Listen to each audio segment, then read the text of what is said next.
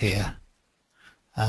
You can write something in the chat box or otherwise indicate that this is getting through and I'm not just talking to myself. This is not unknown, and I find it's not too argumentative, but it will be good to know that I'm talking to other people today. Hello Rob, it's Helen Ingram. Can you hear me? I can, thank you Helen, yeah, that's great. Having immediately invited people to respond, I'm going to ask Kath in a minute to mute the microphones for us all, and the reason for that is this system is great at picking up background noise, people eating sandwiches, people 100 yards away from you eating sandwiches, or having a conversation about something entirely irrelevant to this conversation. But I'd invite you to use the chat box, which you can see, you should be able to see on your screens on the right-hand side, to log comments. Okay. That's where it is.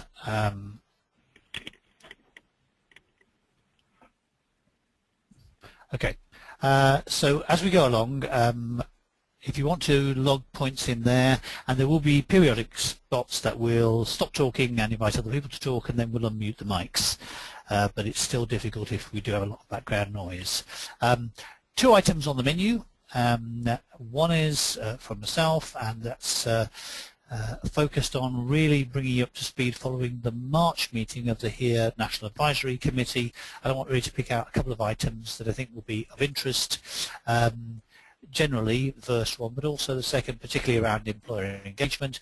And then I'm going to hand over to Alistair and colleagues at Abate to talk a little bit about their planning process for implementation, including a focus on employer engagement at a local level, or more accurately, local employers.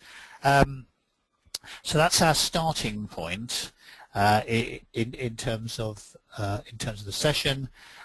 Kath, we can move on, I think, to the next slide. I should say that Kath is doing the slides because my computer is likely to crash without warning if I try and do too much. So my 2 minutes then, I'm going to talk a little bit first of all about the formative use of the HERE, and that has an impact around employers, but it also relates clearly to the student development agenda.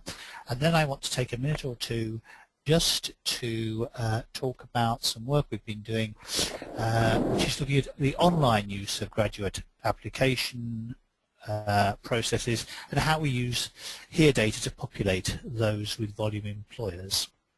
And really just take a minute or 2 on each, based upon the information we've collected and also that we fed into the HERE Advisory Committee. On the formative use of the HERE then, the data at the minute is that is limited, but it is growing, and there are explanations for why it hasn't taken off as much as some of the other stuff, and I've listed 3 or 4 of those there. First of all, timing. You need to get the data collected.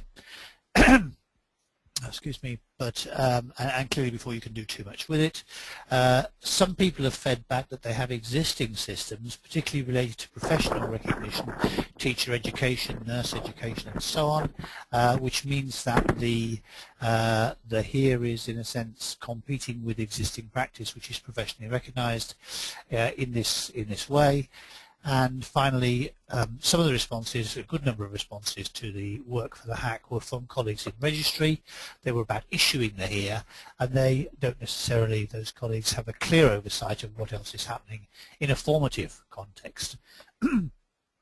So we really have a work in progress, and I've given you an illustration of one dimension which I think is pretty important, and that's about how in some institutions people are thinking of the HERE in quite a strategic way, and they're connecting it to other systems, and you'll see some of the highlighting that we've put into that around accessibility, around the student portal, around the PDP process.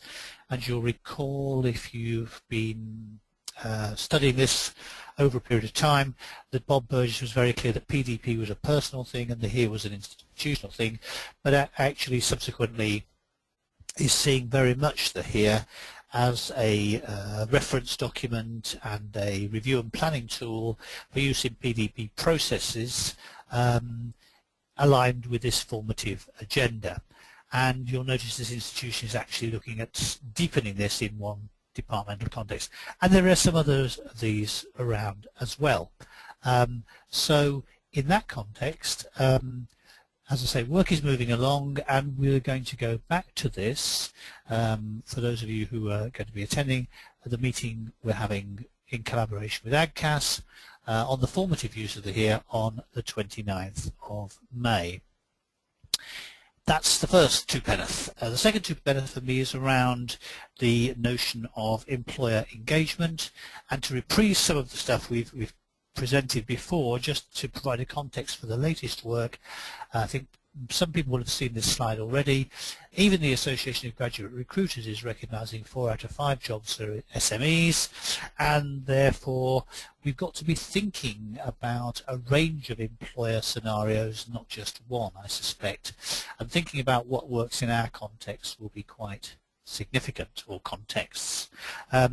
Another point to recognise, I think, is that while grades are very important for some employers in terms of results and so on, they're not the be-all and end-all. And this is just an interesting comment, a recent comment from the Chief Executive Officer of Google, who was asked really about grade point average, and said actually we've discovered no relationship between grade point average and people's performance at Google, and we're interested in some other things, and you may or may not be interested in this comment. I thought it was just quite illuminative, and it gives a context for us to think about what our students need to develop, the kind of capacities they need to demonstrate, and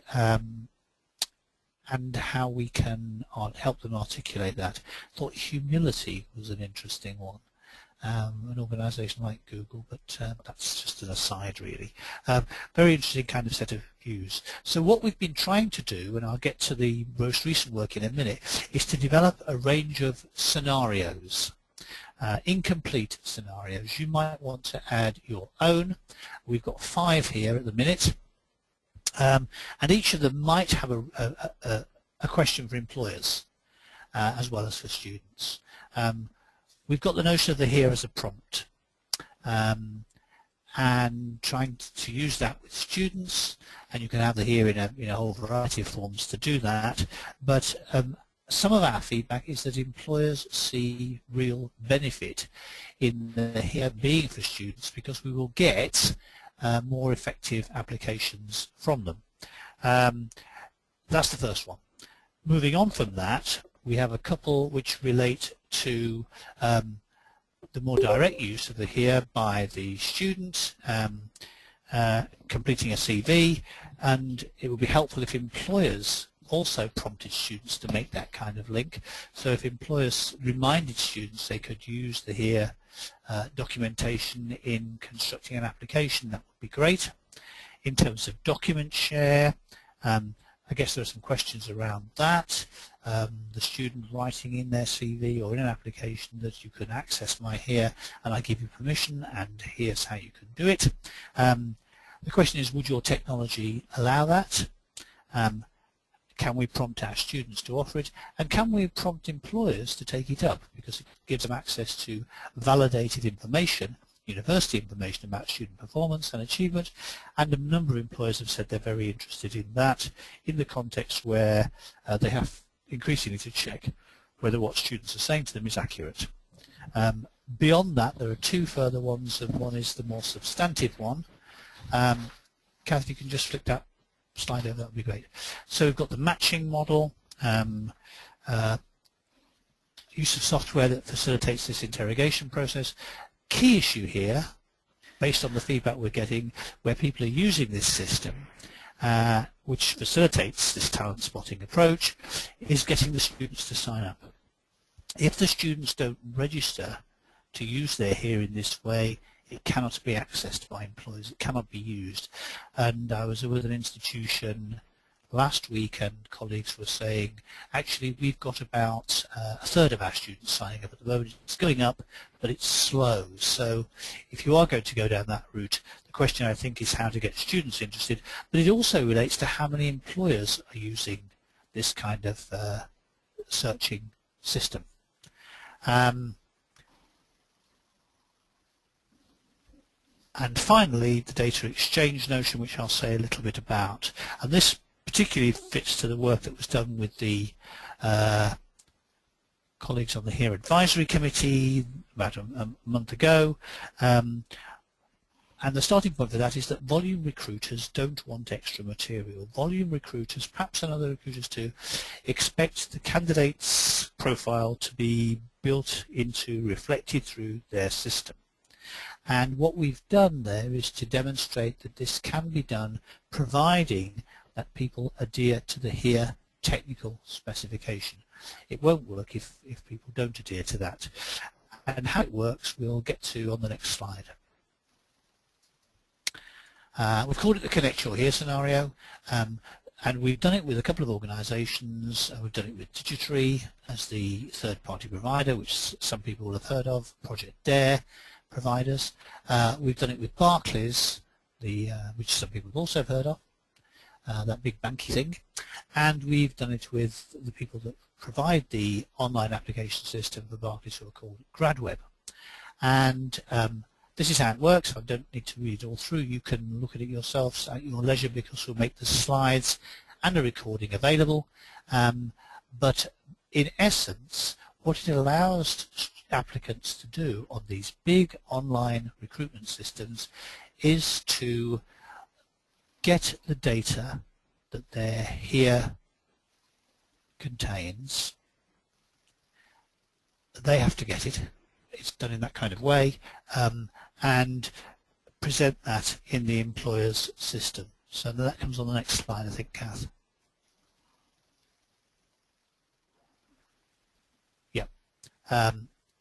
Again, the applicant has to allow this process, and then the application form is completed or partly completed, and you don't have to retype it, you don't have to convert it, you just have to check it.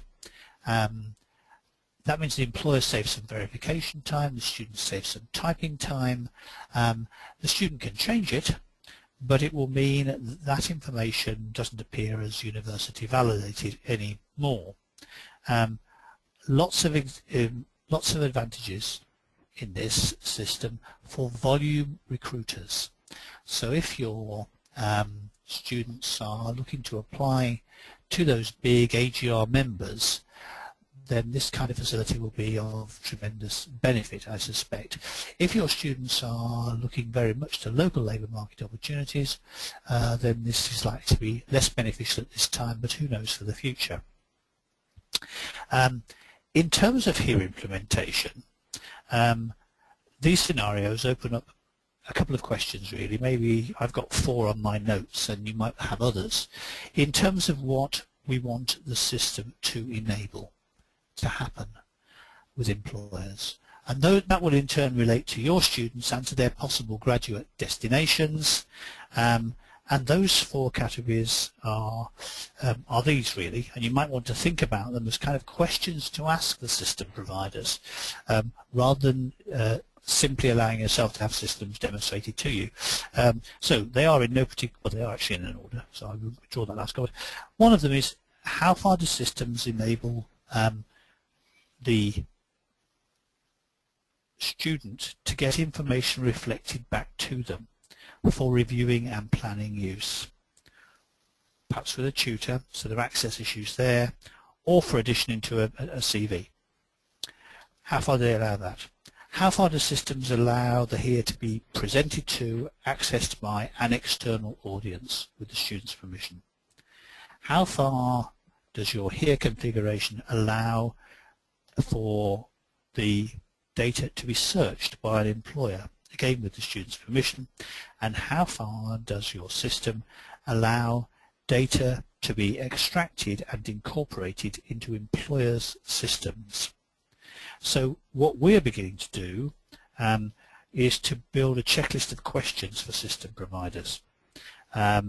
And probably no system will do all of those, but it really does reinforce, I think, the notion of thinking about what functionality you need in the system, and that will depend a little bit on what you want the system to do, and that will depend a little bit on how you engage and your students engage with employers. We'll come back to that in our session on the formative use of the HERE with AGCAS, but for now I'm going to maybe stop for a moment or two and just pick up any issues, particularly the issue that Alistair's just raised, before we move on to the ABATE presentation. If there are other issues, folks, either jot them in the chat or shout them out. Excuse me, voice going, because I think Kath has unmuted the mics. Just in terms of your query, Alistair, it's a good question. Just wondering. All right. Yes, the HERE is UK specific, but also not UK specific, because of course it's based on the diploma supplement model template. Just 2 comments about that. We're looking at systems in other countries which are interested in doing similar things to the data exchange model with volume recruiters, and we're talking to a number of multinational recruiters about how these kinds of systems might work for them. And as part of that, we approached, I think, 10 in the UK, and just to see whether they were interested in having a conversation, getting involved. 9 said yes, 1 said they were too busy. And I think that's a fairly interesting level of potential interest in the data exchange model. But it won't suit everyone, you're quite right. But I think I think we should see the HERE as the UK version of the diploma supplement, and that's in a sense what the European Commission has said we should do. So that's a kind of a good outcome in lots of ways. Folks, is there anything else you want to raise just about that stuff before we move on to the detail of what's happening on the ground at ABATE? Rob, can I just ask a quick question? Absolutely. It's Sandra here from ABATE. I'm just, it's about the data exchange model. I mean, everything we do is encouraging students to sort of focus all their applications to a particular employer and yes. a particular opportunity. So, you know, I know students will probably love this because they can apply to lots more employers, but is it not going to diminish the ones that are really focused on that particular job? I don't think, I understand the question absolutely. And the answer I think is not necessarily. The honest answer is we don't know. But the secondary answer is not necessarily, because it won't fill up the whole of the application form.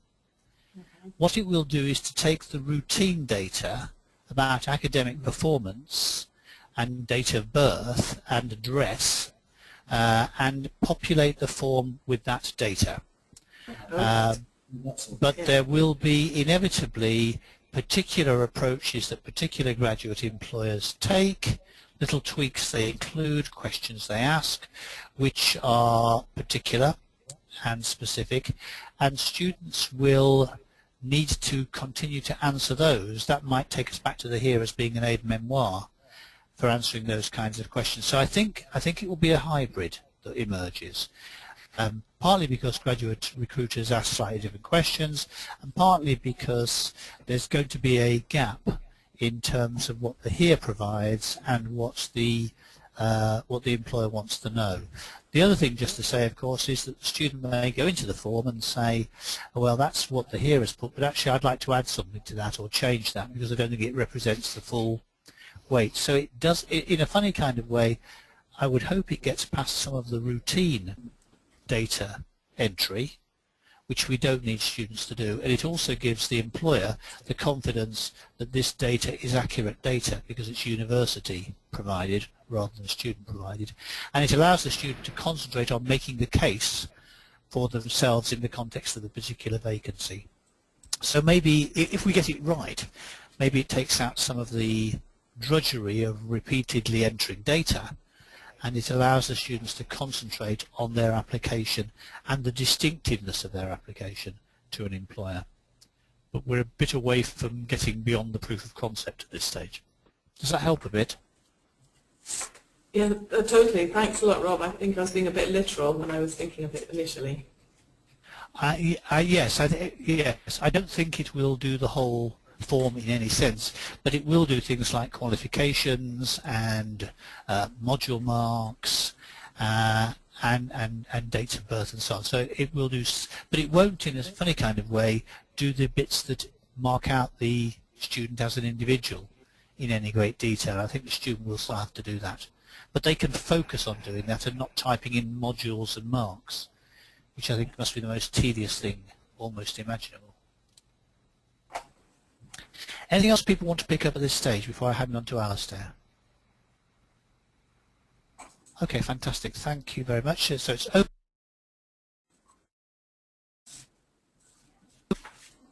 Okay, good afternoon, colleagues. My name is Alistair Robertson here at Abertay University. I'm Director of Teaching and Learning Enhancement here, and I'm joined by my colleagues Sandra Nicholson and Mary Hall. I don't know, can you see us all? There we go. We're just set up in my office. Okay, this comes with, thank you, Rob, for giving us the opportunity to speak.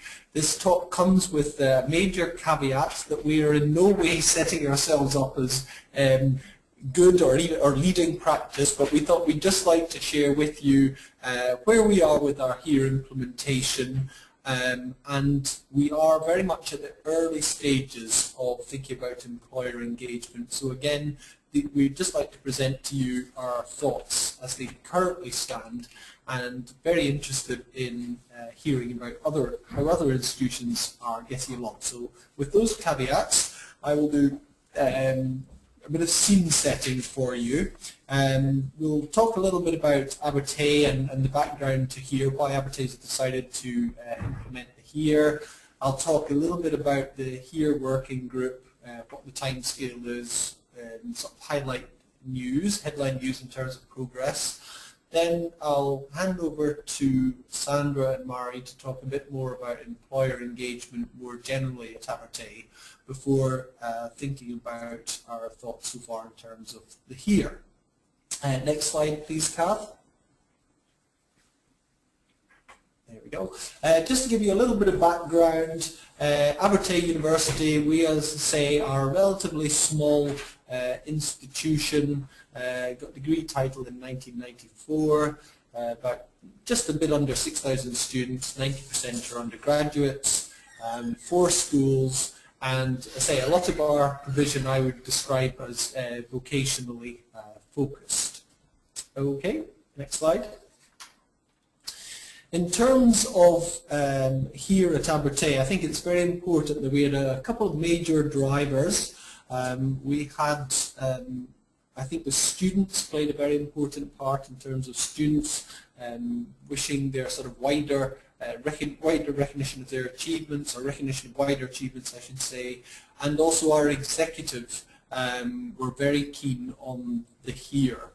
And this does form a part of our new teaching learning enhancement strategy under, we've got 3 strategic objectives, one around curriculum, one around, say, student performance, which is really about assessment, whether that's formative assessment, summative assessment, or recognition of student achievement. And then the third strategic objective is around raising the status of teaching. So HERE is firmly embedded within TLE as a major priority for the university. Our target date for implementation is this September, and that students graduating from July 2015 onwards will be issued with the HERE.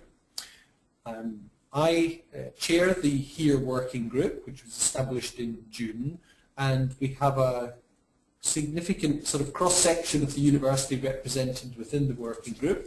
Obviously, I have my colleagues in careers, we have representatives from the schools, we have the registrar, we have the student association, and of course we have information services. And the key point is, it's putting my hands up here, we don't have employers on our working group so far. It's been internal. In terms of the progress to date, I think we've made quite a lot of progress. We're adopting GradIntel. So colleagues, particularly in registry and information services, have been liaising over the implementation of the system. We have pretty well completed our work around Section 4, so all program leaders have had to provide a synopsis of their program that is here compatible. And Section 6, I think it's fair to say Section 6 is still in development. We had developed quite early on in our work a sort of a taxonomy for Section 6 that was sort of around academic achievement, what we called co-curricular achievements and extracurricular achievements. But actually now we're using GradIntel. I think there are only 3 fields that they use, which are awards, prizes and others. So we're having to modify our taxonomy so that it is GradIntel compatible. I think it's important to say as well that what we're thinking about is, I know Rob's made the analogy before between the HERE and the mobile phone. So we recognize that our implementation timescale is quite ambitious. So that is why we're going for one of the sort of earlier model mobile phones rather than, say, the Apple iPhone S as of September 2014. So there is, I think, plenty of opportunity for this to evolve over the next few years. Next slide, please, Kath. So in terms of the outstanding priorities, we've got a lot of work around Section 6. We are undergoing a whole-scale revision of university prizes, just to ensure that there is absolute comparability and sort of criteria, distribution around the schools, etc. It's fair to say that university prizes probably have evolved somewhat organically based on donors and historical reasons. So we want to have a more systematic approach to our prizes. We are working with the Student Association to develop some significant student awards, and the Student Association is taking a lead on some particular new awards that they wish to implement and develop, and the university will probably do some complementary student awards as well, evolving from our current set of prizes. We've engaged staff right across the universities. We've held seminars, put together briefing on the HERE, and I think the next stage is we want to do a systematic mapping of all potentially HERE verifiable activities and initiatives across the institution. And we want to finalise policies around student submission on cases for Section 6 inclusion. Employer engagement is a major theme for us, and we'll talk. That's obviously the theme of this talk, and we'll talk about that shortly. And then thirdly, communication plans, targeted briefings, web portal, etc. So I don't think there's anything rocket science. I don't think there's anything particular that Abertay is doing that's distinct, but it's all new for us, I think, is the key point. Next slide. Okay, just to give you a bit of a flavour then on employer engagement, I think the key point is that I feel that we're starting from a relatively strong position, relatively high baseline. You'll see that as part of our Scottish Funding Council outcome agreement this year, all programmes must feature employer engagement in delivery.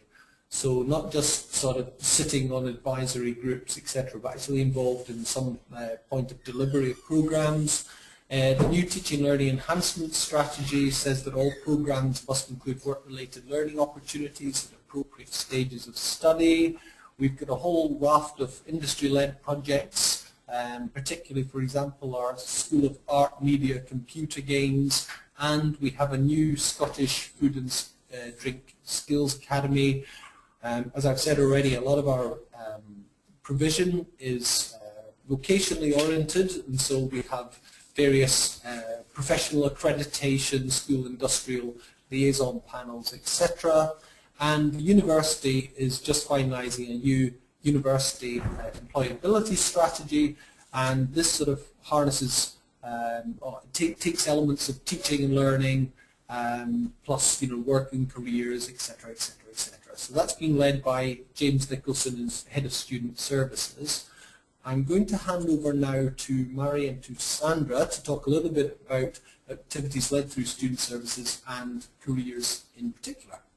Okay. Thank you. It's Mary speaking. Yeah, basically just to go back to the employability strategy. I mean, obviously Alistair's mentioned the employer engagement, the work-related learning, but we've got strands in there on internationalisation, citizenship, entrepreneurial activities. So it's basically trying to bring everything in that students were involved in and engaging with employers, networking, not just employers but third sector. So it's very wide, and hopefully trying to kind of bring in as much as possible. With regard to us in careers, we have a job shop which a lot of career services will offer, which is for part-time work. We're also part of a shared vacancy service for the whole of for all Scottish universities, which means there are a lot of employers getting in touch with us, and we're looking at that as a possible resource for our work with employers in terms of getting in touch with the more local ones that are already using the services we're providing. So we're looking to see whether there's anything that we can do in terms of getting back to them. We have a mentoring programme, and we already have a lot of links with local employers who come and help us out, and that again, that's another resource that we're hoping that we can kind of tap into with regard to here. We have the Principals Award, which is our employability award, which is growing year on year and is a very key part of here. And I think, again, the employer engagement that's involved in that has grown year on year, and we're looking to basically add added value to that award in terms of the involvement that involvement employers will have within that award. And whenever they're in, we're asking them, they get involved in the kind of exit interviews and the kind of review of it. So we're very much working with employers with regard to the development of our Principals Award, which is one of the main things that will feed into here. I'd like to pass you on to Sandra for the next slide. Yeah, move over. Okay, move around. Hello. I just want to talk about the actual employers that we want to engage with. Next slide, please, Kat. Oh, sorry. This is all very complicated to me. There we go. There we are. Just to look at the employers, that's obviously the first thing we wanted to think about. We're just hot off the Delhi destination work, which all universities have been involved in, so we're very aware of the kind of employers that take our students, and certainly, like most students, are employed by the small to medium-sized employers. But like lots of Scottish universities, we've got a huge public sector, NHS employers as well, so we have to look at how we engage with them. So we know that these employers are quite difficult to engage with. They're not like the AGR ones, so we've been trying to think about how we best could do it. And rather than have a sort of depressing event where nobody comes and we're left eating all our own sandwiches, we thought it was better to go out and do an outreach approach to them. And that's what we're planning at the moment. So at the moment we're looking at, I mean, before we started this, I was asking Alistair and Mary, what was the point of it all? Because I think that's really important for us to look at. And we very clearly want to differentiate between the employer as the consumer and as the contributor. It took a while to get my head around this, but at the moment we want employers to be aware of the here and to actively engage and to see the advantages and see what it can do for them. And that's what we're aiming at this initial stage. But ultimately, we want employers to come on board and feed back into what could make it more useful for them and be involved. And that's the ultimate aim, but we're not giving ourselves too hard a time to begin with. So definitely raising awareness and persuading employers that it's really good and that they can get a lot out of it, it'll save them a lot of time, etc. So our initial actions are to get a senior member of our management group to go out and engage employers initially, to engage local chambers of commerce. We've got a lot of contacts there with a very scripted approach and to initially get them to pay attention to what's going on with presentations, etc. And following on from that, we have an employer liaison officer who would hopefully pick up contacts that we make from that and do one-to-one contacts as well. So, but the initial thing is definitely to get somebody to go out and make the initial approach. And we've got the wonderful briefing notes that you have created, and we really, really like them, and we were going to make them Abertay friendly, and that's high on our agenda, but we think they're great. We're also going to do a promotional video, which is in hand.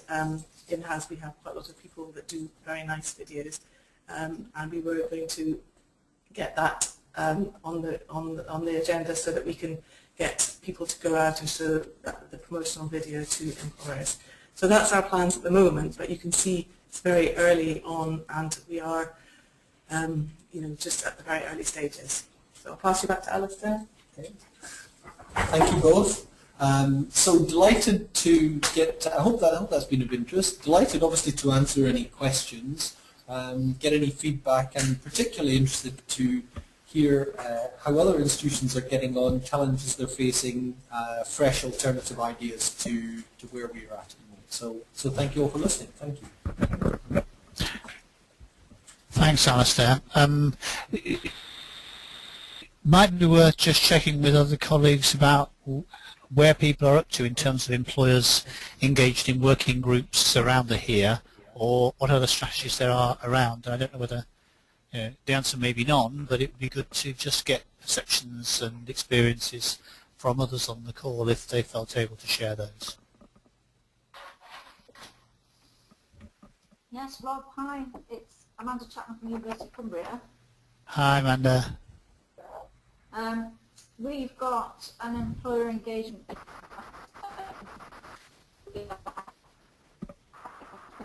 Amanda, I'm just losing you. I don't know whether other people are. Yeah, I can't hear Amanda. Here. Yeah, I've got the same here. Yeah.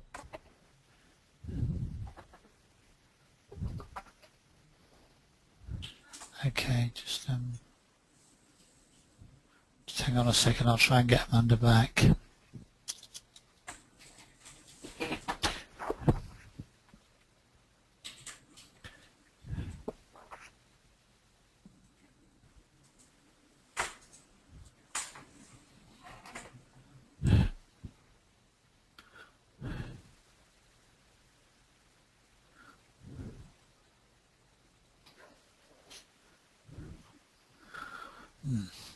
Okay, we may have to just park Amanda.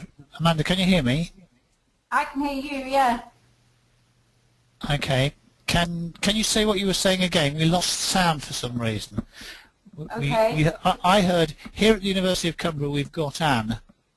Okay, we've got an employer engagement day Okay. that we've booked for the 24th of June, and we're planning to involve the Chamber of Commerce, invite lots of SMEs, representatives from the teaching, for the education faculty, NHS, etc.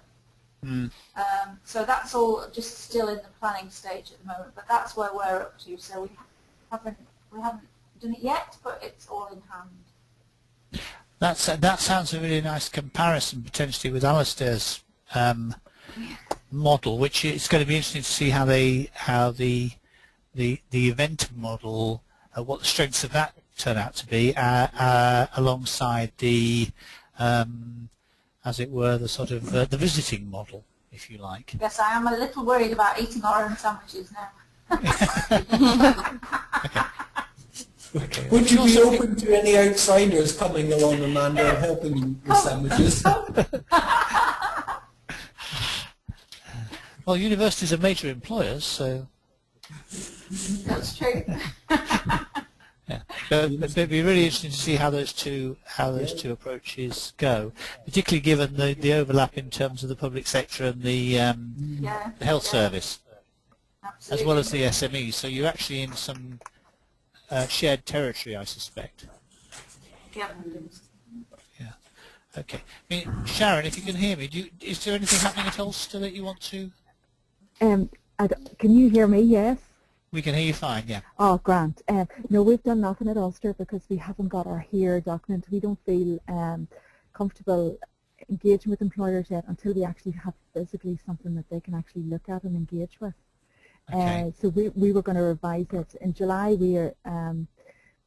our original plans for the year, we now have had to pare back down, so it's a lot more basic than we were originally hoping for. Okay. So our section 6 won't have the information that we were hoping for, and so forth. And we were thinking this is one of the things that would actually sell it well to the employers, because it gives the distinct qualities of what the student has done above and beyond what they've engaged with Yes. throughout their degree and so forth. But we were planning to look at this again after July. Our second phase of the year is actually going to come into effect once we get the first phase and the most basic part of it out in July. And then after that, once we start the second phase, we're going to think in terms of a strategy of how to engage employers then, once we have something that they can actually look at, because we thought there's no point in putting promotional material and so forth and so on out there if we don't actually have anything physical that they could look at, or they have any students that have graduated with it that can maybe even talk about it either. So we're kind of between where Cumbria is and Abertay, so we weren't quite sure which way to go, but I'm still not 100% sure. I'm listening to both parties. I want to see what they do. But it and sounds how in a way works like... out. It's a wait and see Yes, you can policy stand kind back of and watch. idea. Yeah. Yes. Yeah. I think what we want to do as well is that we've got our student union involved as well within our HERE working group here, and we're engaging with them in relation to trying to get our students more awareness of what the HERE is. And to be honest with you, students have more awareness of what the EDGE Award is, or Employability Award. So we're trying to do the same type of thing with the HERE to make them realise what the distinction is between the two of them. And once we have our students on board and our academic staff, more awareness of what the HERE is, slowly trickling through them as well. We would like to engage employers, and we're planning to do that from September onwards, put a strategy and so forth in place once we actually see what we are actually able to produce in July. But I think there's a couple of different fronts we have to tackle a wee bit better first before we engage our employers, but we do have to engage them, because we know there's no point in producing HERE if employers aren't going to use it. Students then won't see any value to it either if employers don't even take it on board. So yes, we do know that it's something we have to engage with, but we're wary of doing something before we have a product to show them. Interesting. It's about timing, isn't it? What's the right time to talk to employers? And do we need something physical, or because they might say, what's it look like? And it's a question of when to go. I mean, the other thing, I guess, which has been a theme a little bit of what colleagues have said, is the potential of, if we get students fired up, that they will be potential advocates for the HERE with employers. Absolutely. Yeah. So we are developing a strategy here with the Student Union to try to increase that awareness. We do have put it into the student newsletter and so on, but we are trying to publicise it more, particularly for students that are going to graduate, because our first cohort of students, final year students, are going to graduate here in July. So this will be the first time our full-time undergraduates will actually graduate with it. So we are trying to put some stuff in place now to try to raise that awareness of what that is. Yes. But I think our students are a little bit distracted with the upcoming exams. And everything else kind of falls to the wayside a little bit, Yeah. But yes, it has to be tackled on a lot of different fronts, and timing is our issue in relation to it. We're just leery of getting employers fired up about something when if our students can't even articulate what it is either. Yeah. Okay. So kind of employer engagement raises issues about how that connects with student engagement, staff engagement, yes, the ability of the system to deliver something. Absolutely, yes, yes. We are in the process. Our students will be able to produce a PDF of their HERE document in July. And I'm not 100% sure yet at the moment if we will be able to share, access to our HERE. And some of my colleagues, maybe Sam and stuff, will be able to tell you a little bit more about that. But it's the whole thing about being able to share what we have, and it raised some of the question that you raised about, data exchange and so forth. how user-friendly is it, and what's the benefit to our students and our employers in relation Yes. to why even bother, especially with a lot of SMEs when they still use their traditional application forms a lot of Yeah. time, you know. Yeah. So that goes back to the question about thinking about who your employers are and what's likely to be of interest to them. Absolutely, Yeah. and what's going to be of benefit to them, because we're Yes. very conscious. We don't want to be producing a 6-page document or whatever, and they only want 1 page. You know, they're only interested in X, Y, or Z of it. You know. Yeah. Okay. I mean, are there other issues that? Thank you, Sharon. Are there other issues that people want to pick up about the employer dimension? And I think that been reinforced in all shapes and sizes question, and it's a question of therefore of really digging into that and seeing how employers ultimately are contributors to the HERE development as well as consumers of it. Really like that point. Yeah. Thought that was really helpful. Other points that people want to make? Alistair, I think, has to go in about 4 minutes, so if there are other points people want to pick up, now's the time to do Yes. it.